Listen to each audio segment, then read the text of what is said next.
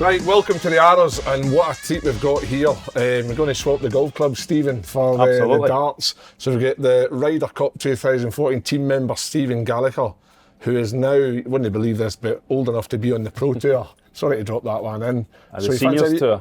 Sorry. I know, even worse. I know, Seniors Tour. What about the Seniors Tour? I'm thinking Seniors Tour, you're thinking Monty, guys. You're not the same age as Monty. No, but I'm playing with them now. So I'm the rookie now. They're the old boys, and I'm the youngster. Enjoying that role? I'm actually, yeah. It was sort of very more relaxed. We've only played one, but so much more relaxed than the sort of the young team coming out bombing at 340 and me trying to keep up with them. So it's. Oh well, we're going to hear a wee throw the darts. We're going to have a wee chat about his life and career, and then we'll have a wee match. At the end, obviously, golf having handicaps, we might need to chuck in a wee handicap here.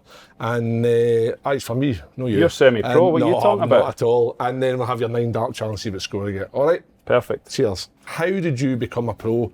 Because I try golf, I love golf, and the lowest I've ever got to is 5. But that's nowhere near the level you guys are at. I think it's like everything else. You know, you've got to love it. You've got to want it a lot. You know, you've got to think about it 24/7. And then it's just down to hard practice, bit of dedication, and you know, and hopefully you get the breaks here and there like everything else. Same at the football, same at any sport. But the hard work's the key. You know, if you've got talent anyway, you've got probably a mindset that you could probably get through the nerves. You've had to deal with nerves through your career as well. Especially played for Rangers, you know, back in the day, that would have tested you. I was going to say, I've got over my nerves with some of the texts my wife sends me on a Tuesday afternoon. Kev, can you phone me? That's when I start getting nervous. So, but also you've got to, you know, get a structured routine, get a goal, and then just practice as hard as you can towards it. So in your early golfing life, what attracted you to starting up golf? Was it, obviously you've got a family history of golf. Your Uncle Bernard was a pro golfer, Ryder Cup captain, all that malarkey, won loads of events. Was it him or was it just you? Was it just in the family? It was in the family. My dad he's a club champion as well. Oh, was he? Bathgate Golf Club. And right. My Uncle Johnny was an avid golfer. My grandfather played, obviously. My Uncle Bernard was winning events, like you said. He played in 9 Ryder Cups and captain 3 of them. I know, that's amazing. So it was in the family, and then I played football. I played in goals for a bit when I was a young kid, up to about 11 or 12, and then my uncle sort of gave me my first set of clubs, my Uncle Johnny, and then I used to go to Polkemmet driving range in Whitburn every single night, and then I just got the bug, and then that's when I started going to school and playing golf in the afternoon. You can't count at the darts. I can't count, by the way. You'll need to keep me going here. I'll hit the wrong double. I bet you can count your score when you're sitting 3-4 under at the top of the leaderboard on a Sunday night. I can count that, definitely. But yeah, that's the thing, you know. My mate used to, if we'd be sitting in school and if it was sunny in the afternoon, he'd just take my school bag back for me and I would be on the course. So magic. It's not very good for kids just now, but that was the sort of way it was for me, and that's where I put in the 10,000 hours. I also worked with Bob Torrance, Sam Torrance's father. That's right, he's the instructor, isn't he? And I used to go down to Largs all the time, but he instilled me the sort of the work ethic and the dedication that you had to have to sort of at least have a go at being a professional. You won quite a lot of like Scottish junior championships, am I right in saying? At what point did you think, oh, I could actually make this a career? I was 17 and I won the Scottish men's, the Scottish amateur, down at Glasgow Gales. And I'd won sort of the boys before that. So I thought to myself, you know what, I think I'm going to turn pro, I think I'm good enough. And this is when it's, Would you have been off scratch at that time, or would it have been like a plus 1 or plus 2 or something like that? And then so I phoned my Uncle Bernard and he says, absolutely not, you're nowhere near ready. He said, you need to win more and you need to play the Walker Cup, which the amateur version of the Ryder Cup. Yep. And then once you can do that, you'll be ready to turn pro. So it was a tough one. I took on his advice. I went full-time amateur. I worked in the hospital at St John's as a porter for 6 months and then played golf for the 6 months. And I managed to win pretty much everything I could, apart from the British Amateur. I led the qualifying, got beaten in the semi-final, and then I played Walker Cup against Tiger Woods in 1995. And then that was it. That's when my uncle says, right, you're ready now. Went to tour school, got my card, and 28 years later. So great advice having someone, a professional that had been through it, and having a coach like Bob Torrance by my side. I was But they must have believed in you, because obviously for your Uncle Bernard to give you that advice of not turning pro, that must have been like a blow in terms of you're thinking you're ready to go and he's saying no, and then Bob Torrance is like, right, we need to work on a few more things, and to actually have that mindset of no, let's be patient, because a lot of people in life aren't patient. Yeah, I think you know, these young phenomenons come around every now and a while. Like, you know, Sergio, you knew Phil Mickelson, you knew Tiger Woods were going to be brilliant. You know, so other people have to wait, sort of build up a bit of confidence. And what it was for me, Bernard was saying, was get into that winning mentality. You know, if you're a winner at any level, you can, you know how to win, basically. So that's what I tried to do, and I'm glad of that advice. You know, because I could have turned pro not ready. You know, went down a bad track, and you end up lost, you end up scarred. So the good thing for me, what I was doing was I was progressing, I was winning, I was getting into winning mentality, I was working hard, I was dedication, I had my goals set up, and then it just sort of fell in. But you know, I'm indebted to my family and my Uncle Bernard just for their advice. Ah, well, right, let's see this darts. Come on, let's see what we've got then, here. Let's go. Let's see. Chris Dobie's darts, she's told me. I know, I've so seen when he Chris- was on. Chris brought Surely them I to me. must not be murdered with these on. The black surely. flights and the black and white, I can't really touch them, so they're not my cup of tea. But Oh, good line. is darts something that the boys in the golf tour play? Well, that's all right. There is a You're not few. aiming for that. I can't really give you the credit for that. How no? Because you're Is that going for 20s and you've hit a treble 18. Well, that's my favourite side one. I don't like 19s. You know. So I like what you're to go saying 18. is when you've got the golf swing out, you're pushing things out to the right. Is that what you're saying? Well, you never tell anybody, you know, where you're trying to hit it, in case you hit it somewhere else. Well, look at this. Look at that! Wow. Have you ever been to the darts? I have. I've been to Ali Pali a couple of times. First time I was down actually was before all the mad sort of Pink Panther suits and the fancy dress. So I went Mario down. Brothers.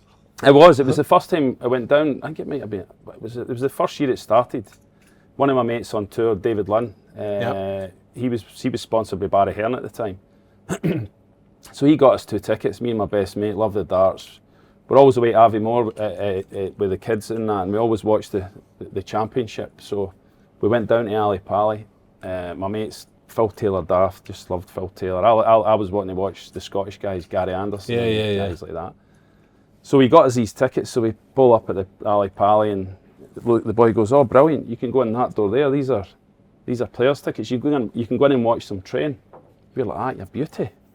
So we go in and the boy goes, "Wait a minute. You can't come in, lads. You've got jeans on." You know, when you think about that now, I know. they're turning up with, you know, you get turned Rangers away. tracksuits on. You wear whatever you want. So we were gutted. So we actually thought we were a bit. Do we need to run down to Marquis and get a pair of trousers and go back into watch? And I wish we should have. So basically, we were in for both sessions, sitting at the bit where, just to the left where they walked down, and with a brilliant view. So we're sitting having a couple of beers, and then everybody spills out, and there's like a lull before the evening boys come in. So we're having a few pints, and we couldn't go anywhere, just sitting like almost ourselves in the Ali Pali till all the cleaners are in. So my mate's just desperate to see Phil Taylor, and then of course he was pretty much third last on, and starts playing the power music, and I turn around to my mate and I go, "Here we go," and he's sound asleep. Missed it. Never seen him throw a dart. So was he asleep? Drunk, or was he just asleep? Well, I don't really want to say anything, No. you know, and it's going to be, but he was drunk, aye. And was the atmosphere then as good as what it looks now on the TV? I've never been, and I would like to go. That's a bucket list type I've been thing. back. I went back for one of our friends' 50th, and that was like 8 years later. Right. And it was definitely more rowdy. It's Yeah. getting more. I don't know. It's almost at a line now where sometimes they're crossing it. Where So on that, I'll try and do a kind of crossover question here with that darts compared to the golf. Obviously, Livs came along, right, and Livs chucked that event in where they've got the party atmosphere, the music, The one and in stuff. Adelaide. And then the PGA Tour's got the one with the par 3 hole where they get everybody to try and do a hole in one, chuck the beers up in the air. Do you think there's a place in that for golf? Like me personally, I don't think so, because golf's always been that sport where the players need to concentrate. I think once a year, Aye. you know, we tried it with sort of music on the range and giving it a different atmosphere. And the way I look at that is that's like your kind of T20 at the cricket. Yeah. Your one-day stuff, you know, they can do what you want with the razzmatazz and that, but the minute you get to the test and the 18-hole, 4-round, I don't think there's a place for that. But these places are one of these, you find a lot of guys don't go to it because of that, but then you find a lot of guys do go to it because they love that something different. You know, the Phoenix, there's 550,000 people there. And it's a bit like the Ryder Cup. I've never been to a away Ryder Cup, but I heard it's vociferous, and I'm doing the junior one this year in Bethpage, and I hear that could be a darts atmosphere. I think that could be carnage. Aye. Right. So see, technique wise. Aye, this is a good practice. So see for this, right? Yep. Do you have to know your dominant eye and all that, so you know exactly where the dart comes under? What I try to do is I try to like do the same setup. So obviously you've got the hockey, right? I'll come up and I'll always put my toe just behind on the right hand side. So I feel like then I just lean forward, and I've seen people like Johnny Clayton will go back through, whereas I just kind of like try and get the dart to aim it so it looks like it's aiming at the treble 20, and then I just throw. And then sometimes I think it was Willie Boland or Cammy were talking about, sometimes your snatch, it's where your arm will just kind of like, it's like probably golf when maybe your hands are too open or you're too closed. And then I just try and get it where I feel, and then you just kind of like, it's more like a feel. It's like... See, I can't see, when I go at that, I can't see the treble. I don't know if I've got the dart in the wrong eye or something. I might try. How can you not see the treble? Because I think I put my... I know what it is. I can only see the flight over the flight like covers the treble. That's what I do. So that's why I probably stand at the sides. So see, when I put it there, I know what you're saying. My flight kind of covers the treble. So then I try and forget the darts there. See, I've got him thinking about technique. This is perfect. He's mucking up now, your beauty. So what I try and do is I forget that the dart's in my hand and look at the treble 20. That's what I'm doing. I'm looking at the bit, I'm trying to get it in. But, but again, darts is like golf. It's repetitive in terms of you'll go out in the range to warm up properly. And then once you warm up after, how long would you warm up? An hour? Yeah, but you've played your practice rounds. So once you've got your warm up and your time spent, then it becomes more like you feel comfortable in your distances and your timing and stuff. That for me is similar with darts. I can go home, turn on the cameras and stuff and start playing and maybe lose the first 2 or 3 legs. But it's more I get into it and start understanding my throw, then I'm like, right, okay, I now know where the treble 20 is all the time, and then everyone else just frozen. It's a confidence type thing. Well, there's the same thing with golf where, the setup, you've got a fixed plate there, so you can stand the exact same bit all the time. It's the exact same distance. You've got the same dart. It's not going to rain. It's not going to snow or anything like that. You know, where the golf is on. You know, the ball's teed up, so you can stand the same distance away from it. It's all about posture and setup with golf. If you can repeat that, you hear Tiger. That's all he worked on was his alignment, posture, grip, setup, all the fundamentals. The first win, Dunhill, 2004, 21 years ago. Would you believe that? Surely for a Scottish guy, right, the Dunhill must be one of the, like, I always think it must be one of the favourite competitions to play because its courses, Carnoustie, St Andrews and Kingsbarns, courses that you'll play lots of growing up, I would imagine, through competitions. Probably the 3, they've been my top 5 in Scotland, the courses. And I think as a Scot, any time you can win at St Andrews, the home of golf. Do you want your coffee? Is special, isn't it? You know, it's the home of golf. It's a quirky. St Andrews wasn't. First time I played it, I thought, I'm not sure I like this. I haven't got to tell you about the first time I played it. It's a bit quirky, and then the more you play it, the more you understand it, and the more the subtle nuances. The wind changes direction a quarter, and all of a sudden the pin's 5 on one day and 100 on the next day because the greens are so vast. So I think if I had a gun at my head and somebody says you can only play one course for the rest of your life, it would be St Andrews. Because it just changes. It can change in round. You can play 18 holes into the wind, 18 holes downwind with the tide change. The big greens are magic. But certainly to be a Scot to win, and getting your first win on tour is the tough one. You try so hard. I had couple of seconds, and you think, is this ever going to happen? Because I got my card in '95, so it was A long time coming. You know, it was 8 years. It took me 8 years to sort of get my first win, and it was a playoff against Graham McDowell. I know. We're walking down the first, and you know, the two balls are side by side. It's getting a bit dark, and you could see me and Graham are walking up, talking to each other. We're good pals. And then about 15 yards out, the sort of talking stopped. We could look. One's in a divot, one's perfect. And it was that 15 yards off. I hope to Christ it's not me in that divot. You know, but and then you walk by, and it was the old. Wasn't me in the divot. And you just go to the other ball, and you kind of just standing there, you know, and you could see McDowell, and he's like, oh. So see, in that moment, are you quietly sitting going, "Fucking get in there"? Well, you're thinking, I'm glad it's not me. Put it this way. But surely the pin was, it was a sandy divot though. Aye, so that's what I was thinking. So it's the ball sits down in it. Aye. You know, they have a army of folk going out every night and just putting sand and seed down because it gets played that much. Aye. And if you get in one that's been hit, no bother, because it's hard underneath. Yes. You can get under it. But if you're sitting in a soft one, you've got a lofted club. You know, it's slightly downwind. You've got the swelking burn, and you've got the pin 5 yards over it. So he duffed it, and it went in the burn, and after it to 4 foot, and the rest is history. But it's just that, like that's what I was saying. You know, you just need that little bit of luck. You need a break here and there. And that was your break. That was my break. Was, you know, Graham had been a winner on tour, and I think he'd played Ryder Cups and stuff like that before that. So he was an experience. You know, he was a big deal. And I know there was a period of time where Graham McDowell was every year he was a Ryder Cup. Every 2 years he was a Ryder Cup winning competitions. But to get, like you say, get that first win, did you think the second win would take as long? No, no. I think you know, well, I've got this happening, and then in 2009, 2010, I got ill. I had a kind of autoimmune disease. Right, okay. I had sarcoidosis. So. Right.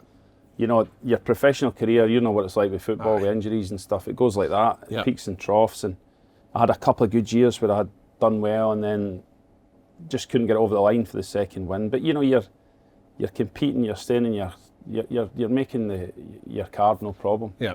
And then 2009 got ill with that, so missed 6 months of the season.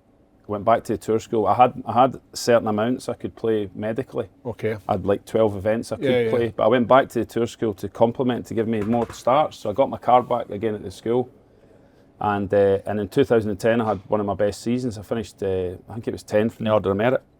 I just had just a good year. And then the next year I was good.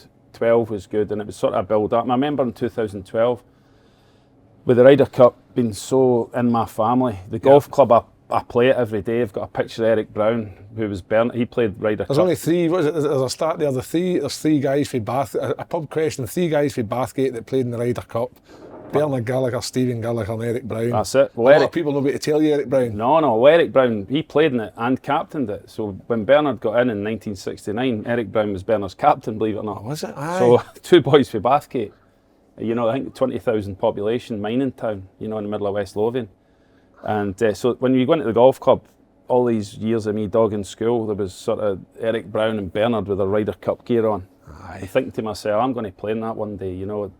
And I'm sure guys, like, when you're on the putting green, if there was somebody that won the Open there, they'd say, I want to win the Open, one day. Where for me, the pinnacle of my career was to sort of emulate my uncle and Eric Brown, and just be part of the sort of Bathgate folklore. In 2012, I wrote down I went back to bare bones, wrote down everything. What do I need to do? Because it was coming back to Scotland, the Ryder Cup. I hadn't been there since 1973 when Muirfield. So generationally, you probably only get, some people don't even get a shot at it. So I had a shot to play 30 minutes for my house in Linlithgow at the time, and so I wrote down everything I needed to do and went through every part of my game, where I needed to improve, what I needed to do. Was I happy with that? Did I have the right clubs, management in the house? So what happened was my nephew was in Australia, and he came back and he had nothing. He went over there to work, so he was staying with me for a bit. And I says, "Come and stay with me. Give me a chance to, you can give us a hand in the house, and it gives me a chance to go and." I needed to play in America. You need to play you needed to play in the majors. You had to win. You had to get up the world rankings. So I was slowly ticking these things off, because there's there's a calendar year to qualify. Yeah. So you want to be absolutely ready. The minute that first event goes, you've got that year to give it your best shot. So Chris came and stayed. He's now my personal trainer. He's now does all my foundation and me but so he came, stayed. Means that Helen and me could go to events and I could just knuckle down and just get this thing on. And you had to be in the top 50. You had to win an event. You had to probably win to get there. And then 2013 got off to a great start with my second win in Dubai. That was the Dubai Desert Hero one. The Hero one, and that sort of opened the doors for me to getting into the WGCs, getting into the majors. I was slowly getting up the 2014. Would that be your best years in majors? Was it 34th in the Masters? 34th in the Masters. I think I finished 15th in the Open. I was 6th in a WGC event. I won my second time in Dubai, which was unbelievable because when you win the Emirates, they give you honorary membership of the club. Right. It was a Scottish guy there, Andrew Whitelaw, who I grew up playing with from East Lothian, was the club director. East Lothian someplace, isn't it? Oh, golfing Mecca. All the courses down there. Junior football Mecca as well. And there's plenty going on in East Lothian. It's brilliant. And he's went from Long Nidri to Dubai in a roundabout way. And so he was a GM there. So we're coming back, and he said to me, we're going. I won in 2013. So 2014 was the 25th anniversary of the Dubai Desert Classic. That's how long it had been going. So they were getting the 25 guys that had won to come back to do an exhibition match. But unfortunately, God rest his soul, Sevi was the only one that wasn't there. But they got his son, Javier Ballesteros, to come and play. But every other guy that had won it, Marco Mira, Ernie Els, Couples, all these boys came back to play in it. So Andy's phoned me up and says, listen mate, I'll give you the heads up. He says, you're going to be playing with Tiger and Rory McIlroy the first 2 rounds. So Rory was world's #1 and Tiger's obviously the best. So we took all the kids out of school and when we knew that was happening, so we took the family over.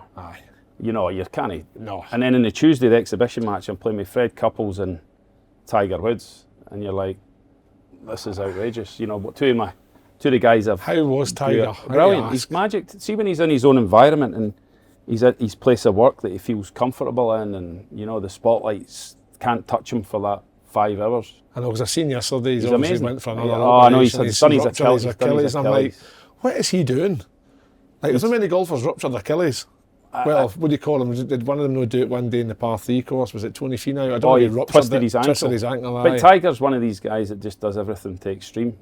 He was training with Navy SEALs when he was, I was going for a pie and a roll and a pint, and he's training with Navy SEALs.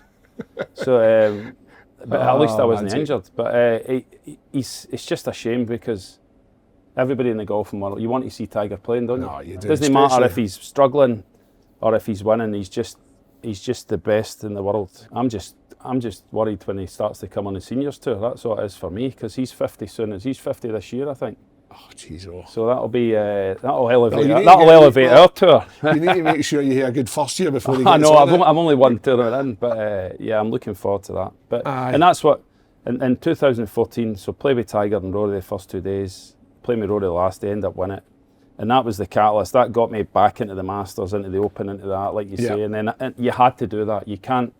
You have to win, and you have to be playing in all the big events to get the points, to get the money, to get all that. So did you qualify for the Ryder Cup through points and money? No, it came to the last round. It came to the last event, and I needed to finish. It was in Italy, right? And I needed to finish second on my own to qualify, and I finished third. I remember that actually. And my pal behind, David Hill, he was playing in front of me, and he'd played in Ryder Cup. He played in my Walker Cup team. Yep. He shot 63 in front of me, and he beat me by a shot. And he came in after it and he apologised because he knew how much I wanted to get it, which I thought was nice, lovely, But then I was next man in the world ranking points and next man in the points list. So it was a pretty. And I had a decent record at Gleneagles. So Paul McGinley, you get the phone call. What is it like to be a Ryder Cup player? The next again day was the phone call. I think that you want to. You'll never ever forget. And that Ryder Cup was brilliant because obviously we won. I think we won quite comfortably, to be honest. We did. Was it Jamie Donaldson hit that long shot from to about there for the point to win it, and I actually put one of the spare bedrooms up in the house to see if any American wanted to come and stay with me for the 4 or 5 days, but I couldn't get anybody to come, but I never went. But I think that's like you said earlier about Ryder Cups coming along, that's probably the closer Ryder Cup we'll ever get to, like me personally, like Gleneagles up the road from where I live, and to be a part of it, you think that's 11 years ago. That's the bit that's scary. That's what was the celebrations like afterwards? Because obviously you talked about it lasted for weeks. It must put it have this done, way. yeah. Well, I remember you say Jamie Donaldson. I can remember him being sick in the fire after having a 50-year-old Macallan or something like that. It was just whatever you wanted. And we ended up in the team room, and there's a picture of me, Ricky Fowler, Rory. They're both topless. Ricky's got a kilt on. Rory's got a kilt on. Thankfully, you didn't see me and Jim Furyk. We had the full gear on. We weren't. There was no danger. We had our tops on and all that, and it was no. So afterwards, obviously, like from us not knowing, the Americans do come in and mix. We went into their team room, and it just a massive party. But I think before and now it was like them and us, but nearly all our team play in America. Aye. So they're all pals. You know what I mean? But You're all pals. I just played with him last week, and you know it's not as sort of boom. It's because it used to be Great Britain and Ireland. Great Britain and Ireland versus America. Right, you know, so nobody even played in America. No, so when you went over there, it was like, you know, a rabbit in a headlight. Whereas now you kind of have to play in America. No, it changed a little bit when we got Europe in, and then Seven, Elazabal, Langer, all these guys Woozy, Sandy Lyle started winning the Masters. That's right. We started winning in America, and then that was when we started to sort of put our stamp on it. But it is different now. It is much more relaxed, and apart from last year when the caddy was trying to have a what do you call it? Joe LaCava, was it Joe LaCava? Fisticuffs last year. Aye, but that's just to make it interesting. Right, let's get a throw. Right, we need to talk about the big cousin or wee cousin. She's my wee cousin. She's your wee cousin, Kirsty Gallacher, and obviously Dad Bernard, who we've already touched on there. Kirsty, any good at golf? She's all right. She doesn't have much time to play, but our two kids are now.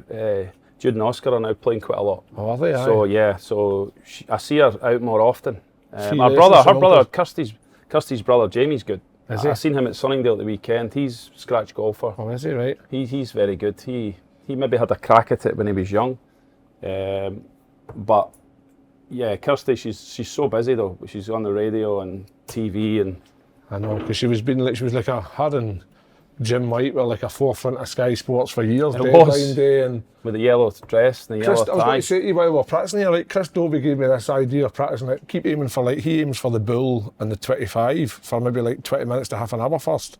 And he says once I start hitting that repetitively, every other target looks massive. So that's obviously that psychological part of it. So I've started. Now you tell me that. Thanks. So I've started trying to go with that, but it's so we'll try that while we're throwing in. Why not? Aye. So you say you've got a story with Kirsty, or there we go, well, bullseye. Bullseye, yeah, there you go. Well, the thing with Kirsty, you know, when I was growing up, I was under a bit of pressure in the media papers straight away, you know, because I was always, here's Stephen, young Stephen, 15, 16-year-old, nephew of Ryder Cup captain, nephew of winning Ryder Cup captain. As the more I get older, you know, here's Stephen trying to emulate his uncle, and here's Stephen, nephew of Bernard, and then I became, here's Stephen Gallacher, cousin of Kirsty Gallacher. And that's when I got more popular. That's when people wanted to talk to me. You know, what's your cousin like? What's she? You know, does she play golf? I'm like, get to. So you're like, I did a speakers on Sunday with Derek Ferguson, obviously, who does Open Goal and the Cooping Show and stuff, and everybody refers to Derek as Barry's brother. That's what it. But the thing is, the thing I quite enjoyed about that was you're under a bit of pressure. It's tougher. You see it with football all the time. You know, Kasper Schmeichel's a great example. He's obviously had to endure the pressure, not only being a good goalie, but being under your dad's shadow. You know, it was different with me with my uncle, and it is tough. But I think if you can manage the expectations of that, it's the same sort of pressure you're under when you turn professional or that. Anyway, absolutely. So that's the way I kind of looked at that. Oh, you're getting that bullseye now. Gee whiz. Look at that. could nearly pick them up with the one hand there. So, West Lothian, right? I'm trying to figure out what footballing teams do people support in West Lothian. It can't be Livingston, because Livingston's just They've a new started. town. Aye. Well, Edinburgh, I'm thinking Edinburgh, Hearts, Hibs, but where I grew, I've lived in Bathgate, Linlithgow, Bathgate, Linlithgow, Bathgate. right. So I've moved 5 times. Broxburn, is that no near Bathgate? Broxburn's just up. My cousins Aye. live in Broxburn, but Bathgate's mixed. I go for a beer with my pals, and there's Hibbies, Jambos, Aye. and Celtic and Rangers. But no much Rangers with the boys I drink with them. No. But there is a few. But You I like- would you say like Linlithgow is Celtic? all Hearts. Aye. They can Hearts and Hibs. They just get the train right in there. But Celtic, you know, you go to the roundabout us. There's a lot of Rangers towns. Aye. Hart Hill, you know, Lark Hall. Whitburn, Lark Hall, Armadale. But there's always wee mixed pockets of Celtic guys, and you know, I've been going to Parkhead. It was in my uncle Johnny, same guy that got me the golf clubs, was very friendly with Neely Mockin, Right. who was the kit man at the time, who was a Okay. legend for Celtic back in the day, and he was friendly with all these guys. So we used to go to the games, and you'd be like 2 minutes to 3, no tickets, and then you'd just see Neely Mockin's head turn around the door, and you know, the old door at Parkhead, the There's a main cup. door, there's a couple of tickets. So me and my uncle would go into the grounds and away grounds and stuff like that. So I've been going. My old man was a Hibby. Oh, was he? Aye. My Uncle Bernard's a Hibby. Kirsty's a member see, of the. that's- She's a member of the Hibs Women's. She's something to do with the Hibs Women's That's Association. disappointing to hear that. I don't actually know David Gray. Well, but David's wife.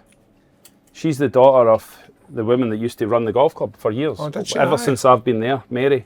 She was the stewardess. Ever since I've been going to the golf club, Mary was there, and she just retired a couple of years back, and her daughter's married to David Gray, so she goes to they go to football and that all the time now. So there's a It's a bizarre small- link to it's a Bathgate s- Golf Club again. He's a member there as I well. don't think I've actually played Bathgate Golf Club. Well, come through. I know I will come through. I'll come through. Whenever in the you summer. want. I'm a summer golfer. I don't do winter golf. It's quite. It's just. What one did I? Oh, look at geez, this. oh. My goodness. Get the camera on that. Chris Dobie's coming through now. See, That's it. that's all I needed was a wee bit of practice. So obviously talked to you about Celtic. They've obviously your team. They're doing pretty well. On and off the park. Let's not beat about the bush. Well, my son, you know, he's 24-year-old, and and all he knows is trebles, trebles and winning. funny And I'm you like, say that. and that's just That's like me. all I know. It's just like me. Treble. And I can still remember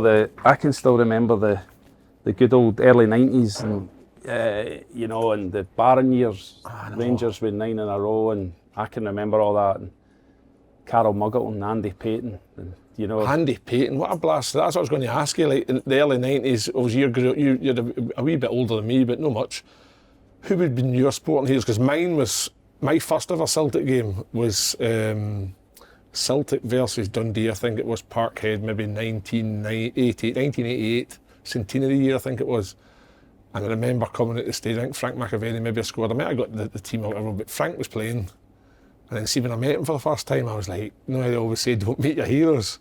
He was an arse, but now we're really good friends and play a lot of golf with Frank. he loves the golf. Did you have any? My first game was 1985 Was it? against. It was a cup game, Celtic v Inverness Thistle, I think. Well, not even a team now. No. I think they won 5-0, and my hero was Paul McStay. Aye, well. Packy Bonner. I was a goalkeeper. I love Big Packy. Paul McStay for me was just one-man club, just the epitome of Celtic. Unfortunately now, look at McGregor. Once McGregor goes, I think the trend now of being a one-man club's difficult, gone. I think your heroes like my wife's delighted, you know, because she doesn't need to iron 15 Kyogo t-shirts and jumpers now. The wee man's away. Where we were gutted, my son absolutely adored them, and now he's got all this merchandise, all this kit.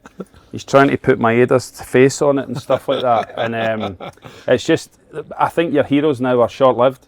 Aye. You know, you get them, and it could be, you know, Celtic now, we're watching them, and, you know, Maeda's just turned into an unbelievable player, and you've got Nicholas Kuhn, who's just burst on the scene, and he could easily go now. And it's just, that's the way the football game is now. It's, you've got to get the money in when they're worth their proper amount, and then you hope that the club invest it in youth. We've got buying Arnie Engels and Ida, young guys that you hope can take the mantle of the other guys, and once they get good, they'll be away and there'll be somebody else in. You know, that's just the business model now, and it's totally different to when I first started. You know, you had Roy Aitken, you had Packy Bonner, you had Paul McStay, you had guys that were there forever. You know, just Mr. Celtic guys, and then even you know, you had my good mate Brownie, who he went on to get testimonial years. James Forrest testimonial, you know, Cal McGregor. You're not going to get testimonials in the future, I don't think. No, because back in the day when you've guys, the ones you've mentioned there, even other clubs that have had these stalwart heroes for such a long time, there was never an allure to go somewhere else.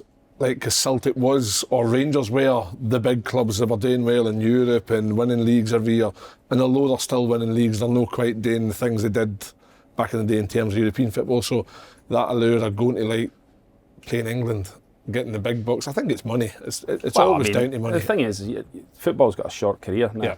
You know, and back in the day, the disparity between English wages to Scottish wages probably wasn't as it is now. Yeah. You know, it wasn't that big a gulf to go to West Brom or Sheffield Wednesday for Celtic. You know, to make. But now, if you're Matt O'Reilly going to Brighton to quadruple your wage, I mean, it's hard to compete. Or somebody from Saudi comes in and says, "Do you want to come here?" Like the Live guys, I don't fault any of the Live guys for going to Live. Would you take Live up if they could chap your door? I'd have thought about it, aye.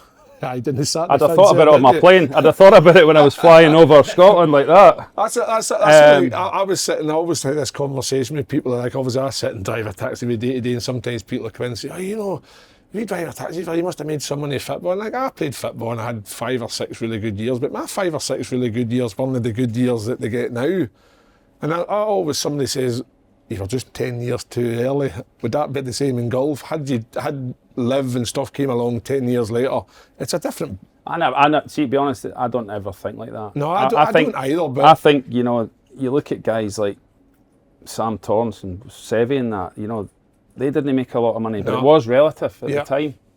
You know, and when we played for great money. You know, you could make a proper living. And it's just, sports went bonkers with TV rights and stuff. You know, the Premiership guys are playing, you know, the guys over there in Saudi playing for $1 million a week. I know, I say to people all the time, you can have all the money in the world, but see the memories you've made from that sport. Like you talk about it on your Ryder Cup and the things you've achieved, the Dunhill winning in front of like the home crowd at St Andrews and stuff, me playing for my country and stuff like that. That can never be replicated in terms of somebody giving you more money. I don't think these guys, you know, the top guys, they don't think about the money. No. That's a byproduct. You want the trophies, you want the points, the world ranking points, and if you're doing well, yes, you get it, and you'd rather have it than not, but there's not one time I've ever pegged it up saying, I hope I win 50 grand here this week. I want to do as best as I can. I want to be in contention on a Sunday. My goal is, you do your preparation, you practice everything, you do your diligence with the course, make sure with my son on the bag, you make sure you get the clubs right, you make sure you do all of that, so that when it comes down to Sunday, you've got a chance of winning. That's it. And the football guys now different. You see them going for, like 30-year-old, can I make that, you know, China, Saudi, Dubai, America, just make that last 4 years enough that they can, you know, retire even maybe, or that same setup. So I think that's clever for them to do that. On Celtic, any particular game or memory that sticks out? Yes, I remember the Seville run very well. I was at all the games and I couldn't go to the final because it was the PGA at Wentworth, our biggest tournament. Oh, that's the so I was at all the games apart from the final. Think about it. And no, I was at, because it was Wednesday. Oh, was it? So the PGA at Wentworth is our biggest flagship event. So me and Paul McGinley, big Celtic man, good mate of mine, I went round to his house to watch it. And sod's law, I'm off first the next morning, 6:30 in the morning, right? So we play well, we score 2 goals in the final and get beat. And me and Paul, you know, you're just sitting, been to every game, head down, the sea of green and white and gold and everybody, and then, you know, just to get done. And then back to bed, couldn't sleep, woke up in the morning, on the tee, there's a mist, slight drizzle, 6:30, peg it up thinking, fuck, so dejected, can't be bothered here, you know. Did you clean it? No, no. But it was just one of the, gutted I couldn't go. And then I've also had other ones where I've been playing in events, and all the Rangers boys have flew away. We were playing an Irish Open, but they got it. It was the Tuesday. Aye. So they could go. The one that was in Manchester, was that 2010 or 2011? 2008. And I remember I think because we were in Ireland, it was at Manchester, and one of the boys, they all chipped in and got a private over and a private back, and I was rooming with Big Al Forsyth, and guys like Mark Warren and all that had been away. So just not borrow a plane for one of the top boys, no? I think they did, but the good thing was that we had a wee welcoming party for them when they came in, just to drown their sorrows. So, obviously this might be the first time ever, or maybe second time you've ever played darts against a Rangers player. Have you ever played golf with some of the football boys, Celtics? I played a few, yeah. Any good golfers you've seen in your time from the footballing world? I played quite a bit with Scott Brown. I've played with... Is Bruni any good? He looks the part. I've seen him at these charity events and stuff, and looks the part, but I don't know if he's playing the part. He can hit it, but he just doesn't know where it's going. Right. That'll be me being nice to him. He can range it. He's typical. He's the same at golf as he is, and he's on the part. He's a million miles an hour. He's got the fastest practice swing I've ever seen in my life. You can get sucked in if you're standing behind him. But I managed to. When he'd had his golf day, I'd done a wee clinic for it, and it's probably the most nervous I've ever been. So he says, "Will you come down and play in the golf day and do a wee clinic for us before we go out?" It was at Archerfield. So I'm doing this clinic. I get my golf bag out and I turn round. Henrik Larsson's standing there. I'm like, oh my God. I was like, just couldn't get the head cover off the cover. And I'd met him a couple of times. He's a mad golfer. I was meant to play with him in a pro-am in Sweden, and I was injured, raging. So I'm giving this clinic, and Larsson, Sean Maloney, a few of all the other players there, KT's there, and it was great. And then you come in, you have a few beers with him at night. But the first guy, there's a couple of good stories. I got to Lenny. I sold him a car back in the day. While he was where? When he was at Celtic. Well, you sold him a car? Aye, I knew. I'm friendly. He used to be the security guy, Stevie Wright. He's now the kit man. Right. So I've known Stevie for years. Used to look after us when we would go to the games and stuff like that, and got to know Lenny well, and Martin Riley, and I'd go up, and then it was a funny one. We're sitting in the coffee place in the Gyle, my mother-in-law and Helen, my wife, and Jack, and we're just in for Jack's a wee laddie, and Gordon Strachan's sitting in the corner. And I went, God, there's Gordon Strachan, he's the Celtic manager at the time. So my mother-in-law, I'm like, just go and speak to him. I said, I'm not going to speak to him. She's like, I'll go. Hi Gordon, how you doing? I'm like, oh no, what are you doing, Betty? And she goes, aye, my grandson's over there. And he comes over and he goes, big man, how you getting on? I seen you, I just done well in one of the tournaments. You're a massive golf fan. He's like, what are you doing in the morning? I says, nothing. Come up to training, come up to Lennoxtown, bring the wee man. So me and the wee man go up to Lennoxtown, window down, or like, so awkward. We're here to see Mr. Strachan. The gate's open, you go up and you're like, well, what do I do here, eh? So we go in and at Strachan's office, and Gary Pembry was there, and and Danny McGrain's kicking about, and Steve McManus. We go in and we got a bite to eat, watch them train. He's the captain. He gives Jack a pair of his boots, and he'd got a football, and it's brilliant, just with the whip. So Danny McGrain walks in, and he's a legend. I'd seen him play briefly, and he walks in, and Jack's sitting with his football, and he says, right guys, stopping out. And all the players are there, He says, right, there's been a football stolen for the thing, and Jack fucking up the jumper like that, but just to have that crack, and so I got really friendly with Gordon and Leslie. We still are, play quite a bit, and through Gordon, any good? Aye, he's good. Aye. He's just typical golfer. The football's just so competitive. I know, it's mad, isn't it? He just loves it. Every footballer I know, like I played yesterday with Adam Sadler, the Celtic coach. Sads, the boy that came up from Leicester. Brendan brought him up. I know. He's so keen, and he's such a good lad, and they just, all footballers want to be golfers, no golfers want to be footballers at some stage. It's absolutely mental. I've got 4 boys, and I say the same thing all the time. Everyone I've met. I would have a golfer instead of a footballer. I'd love to be a footballer. I dream about scoring headers that you scored. I don't know what it is with golf. I just I love darts. Right, love darts, but also love golf just as equally as much. I love darts. I'm with you. I'm better with a beer. I think it's just because it's a sport that you can get better at with practice. Whereas I think with football, you have to have. I'm going to say you have to have something to work with. Well, you had your height. You know what I mean? I had a wee bit more than the height as well. But I was good at bullshitting. Some things that I don't know what it is with golf. I think because we watch golf and you see it looks very no glamorous, but it looks like, look, they're playing in this amazing course in America somewhere. The sun's beating down. I'd love to be doing that for 4 days, but it's nothing like that. And you're going to Capello on a winter's day.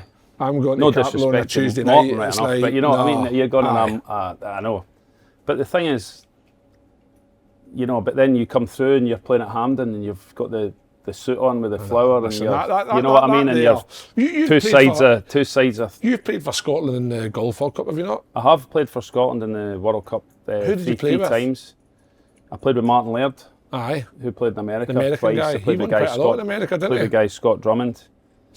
Aye. So played in that. Played in a couple of other team events. Eurasia Cup. Eurasia Trophy. Because I think golf. I think the team events at Golf's introduced have helped golf a wee bit. Because obviously the Ryder Cup's it's on this year. What is it? Is it America? Where's it? Bethpage. And it's like I can't wait for it. Obviously it's 4 weeks' time in the Masters. That's can Rory do it? I hope so much. It's the players this weekend. Players. I hope Rory does it. He's a great guy. For me, when everybody plays their best, he's the best. He's the best. That's what I see. The best driver of the ball I've ever seen. Just back in the day when I first came on tour, driving was a skill. Yep. You had a small head, you had a ball that wanted to spin on you, didn't go very far. If you hit the centre of the club head, it could go sideways. Yep. Technology now, you can almost hit it anywhere in it.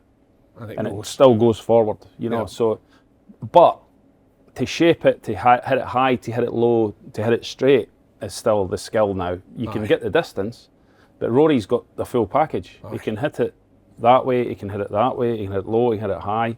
And I just hope, he needs the Masters for his Grand Slam to win the 4. There's only 5 people, I think, done it.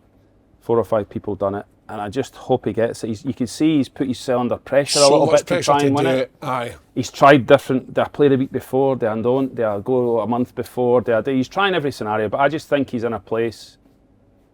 It'll come when he'll probably not expect it. He just needs to go up and turn, and he's playing well now as well. I watched him the other week. But I know what you're saying. Every single thing he'll be doing, every single bit of his body, with his team, with his coach, with anything, is to try and peak at Augusta.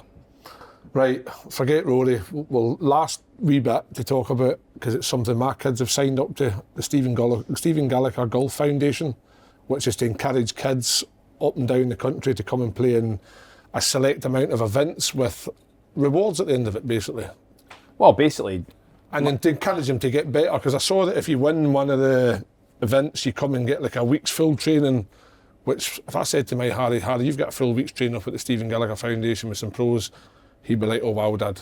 So it's something you're giving back to the game. Would that be right? Well, I think you've got to. I feel privileged that golf's gave me so much, and I just want to give someone that maybe didn't have the opportunity to enjoy it as much as me. Yeah. But the thing is, it's all about participation. I've done it in 2012, so I've done it for 13 years. Paul Laurie's had a very successful one up in Aberdeen, and just by talking to him and the passion he felt for it and giving back and the rewards you get, not the rewards we get is that we've had another 100 kids play golf. Yeah. You know what I mean? So we go into schools, primary schools. I think that's the massive part. You get in, you learn a sport at primary school.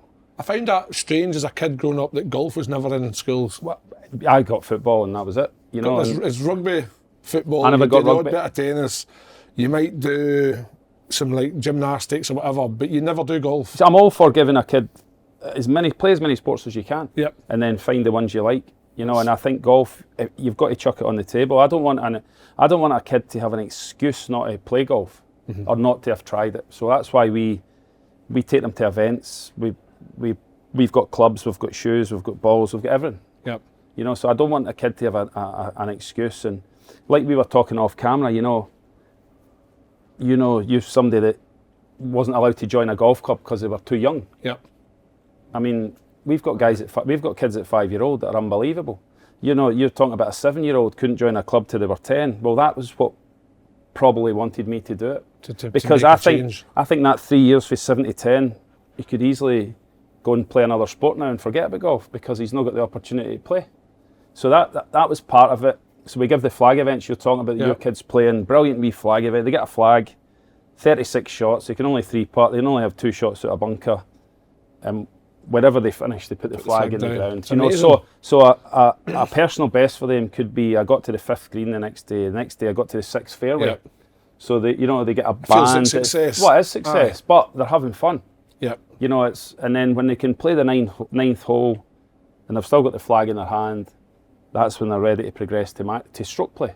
So there's no point just going bang a 6-year-old, 7-year-old into a big golf course, pulling their trolley, 6,000 yards, they'd be knackered, play crap.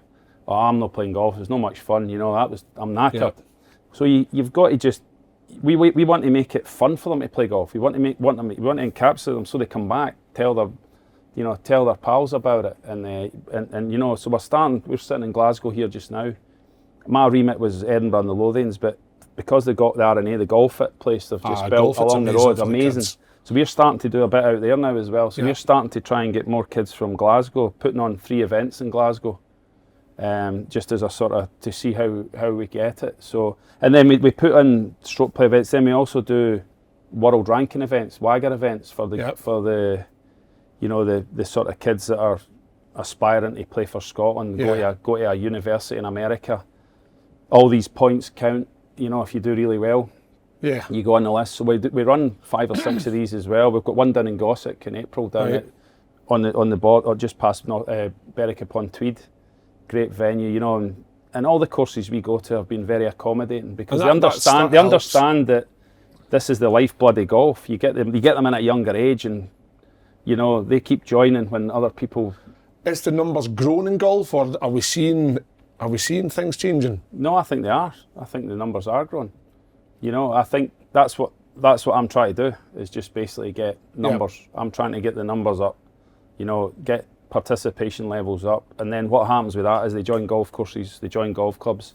There's a thing now, Michael McEwen, Bunkers doing, and Craig Conley, there's a course that they play in that the council's thinking about shutting just now. And there's places in Dundee, council courses that are shutting. They're trying to shut council courses all over the country, just for lack of funds. But that's where they need to be open. That's the beauty of Scotland, is there's so many courses that you can just pay and play. Yeah. So these things have to be open to give you an opportunity to play golf. And take away the stigma of being, you have to turn up with your shirt and tie. Golf can be expensive if you want, but it can also be relatively cheap. If you come to my events, I've got golf clubs there. You don't even need to have your set of clubs. No, I know. And we'll put it on. It costs you $5 to play. And like I was saying to you, we put it on for nothing. But if you put a small fee on it, people turn up. It's a psychological thing. But and that's what I'm passionate about. Is sort of. But for a $5, Stephen, some of the golf courses that the kids are getting an opportunity to go and play, it's unbelievable value for money. But again, that's testament to a lot of the clubs that are proactive, that want you to come and play. See, I would like my golf club to get in tow with Stephen Gallacher Foundation. I'd like to have events at Gallacher Golf Club because we've got 92 juniors signed up, and we need more help in terms of how do we push these juniors through. I can't teach the kids how to play golf, but I can teach the kids how to etiquette, how they conduct themselves around the club. So listen, it needs volunteers, but the thing with golf is it's scientifically proven, and it prolongs your life if you play golf. The health benefits for golf are unbelievable. I'm going to clip that and send that to my wife. So that I can get out. I'm going to clip the other bit to my wife. I'm going to practice with Kevin Kyle. We're having 6 pints. So we could do well. But the first, but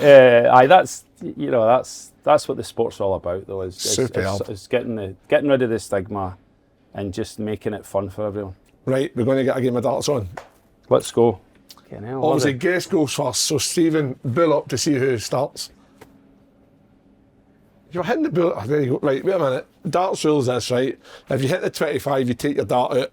All right, sorry. Aye, because the 25 is just the same distance away You're from making everything. these up, eh? No, no, trust me. Jeez, oh, I know none the wiser. Oh, is that me beat you? Right, Stephen, you've got the honour. So Stephen's going to play off 301. I'm going to play 501, and it's best of 3. Good Okay. luck. Good luck, big man. That's my usual 1. 7. Beautiful. See, that's the nerves. That's the nerves kicked in there. It is. It is, aye. Chris Dobie's darts are murder. You like you saying that. I love him too. He's big Geordie. He's one of my He favourites. watches all the shows as well. Perfect. 41, sorry Paul, I forgot to give you the scores. That was terrible. Oh, 17. I've had a flyer. This could be a long... how much longer we got Wait left till of you see it. filming? I'm brilliant at doubles though. That's you. You're finding it now, big man. 100. Oh.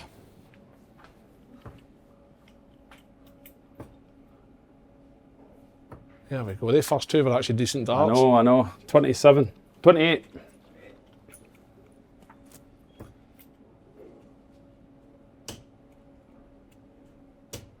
$85. Oh, jeez, oh. You're nearly even ahead of me now, you know. No, I know yet.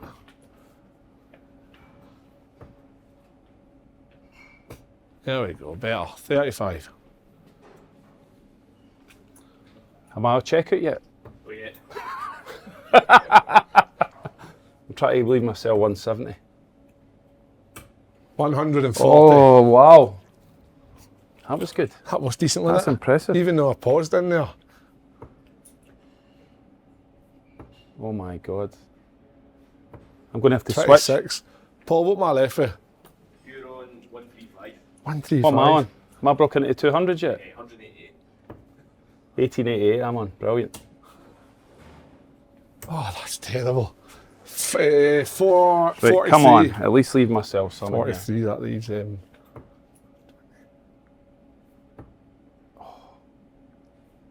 Oh, 36. wow. 92. Come on, big man. Got it?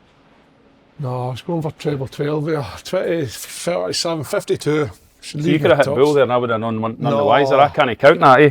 It's just, my kiting's only good because, I don't know. 24. I'll be here. I think I should have Fuck, started fuck. at 101. That was a bit high. You on tops? I think so. And then, I'm 40, aye. 40, Aye, 30. What am I on then? You're 128. 128. So go for treble 18. Treble 18. Aye. Oh well. Is that what it is? Aye, so what the thinking behind that is it's a thing for darts. You always try and leave yourself 27. a finish. So if you'd hit a single 18, You can go treble 20 bull or something. you can still finish with 2 darts. Check. Well done, big man. Me to go first this one. 1-0. That's the first one out the way. Now you can relax on these next. I'm just going to go for the bull. Right, okay. Oh, here we go. Did I go to 201 now? 85. Could do. Nah, you'll be fine. You were hitting treble 20s earlier. There we go. There we go. Oh, 85, yes. It's warmed up now. One each. So see when I hit a treble, I don't actually then aim for the treble, I aim for the dart that I've put in there. Ah, you hear them talking about that? Aye, I They'll just kick off the dart. Aye, so it's like, Might start doing that. 66.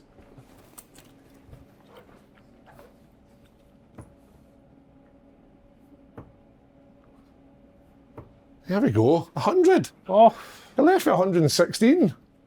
am I? Aye, Well, I'll probably maybe get a 9 darter. I could struggle here. 44. Bag of six. Treble 20 is what you're after. 101, treble 17, bull. Bull. Wow! Great effort. Is that total there? He's got 32 left. So he scored 84. That be right? Was it? Aye. That's right. Good effort. If you That hit was that, all right, if you hit that actually. bullseye with the place That was tops off. Klinsman's. 83. Double 16. Aye, double 16. Oh, wow. Oh, went low. So see there, that first dart was brilliant, right? So you Blocked needed it. I to should have aim- moved. Aye. I should have moved. No. Just aim for it. All right. And then you were trying to like then float. The I was next trying to go on the Aye. side. What have I got, Paul? 223. Oh my goodness. It's pressure, big man. It is. what happens to you. 63. Double 12. I hate 12. See what I mean? He said he was good at doubles as well. Double 15. 160. Oh, good dart. 84. What are you on now then? What were you? 71 I should be. 76. Right. Double that? 9. Double 9. Ah, lucky. What have we got? 76. Can I Try. get 15 darts at a double? 56. Oh, beautiful. That's the difference. Check. Good game. That was good. That was better from you. Aye, I'm not happy with that. that. Well, so there's no point in going a third leg. So No. now that you're warmed up, Right, we're going to ask you to do a 9 dart challenge. right. Right. We'll no compare you to the pros because they were really high scores. I think we'd like 380, but the Scotland rugby boys weren't the too great. So I think we could beat them. Right. So you've got 9 darts and I'll keep your score. This is the old bullseye. Right. 9 darts, come on. Oh, fly up. There we go, good start. 52. I reckon you can go over 150 here. What? Aye, No chance. definitely. Steady 20s.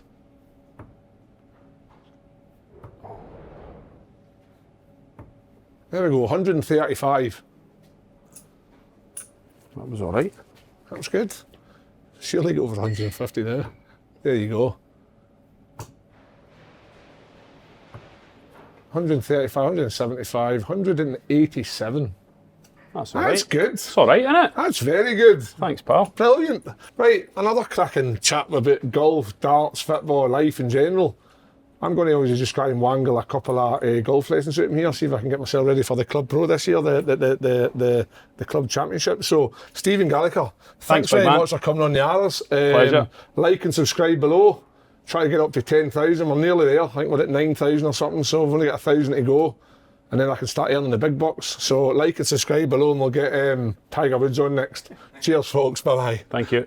Superb, Thanks, pal. mate. Oh, I enjoyed that. I really enjoyed that.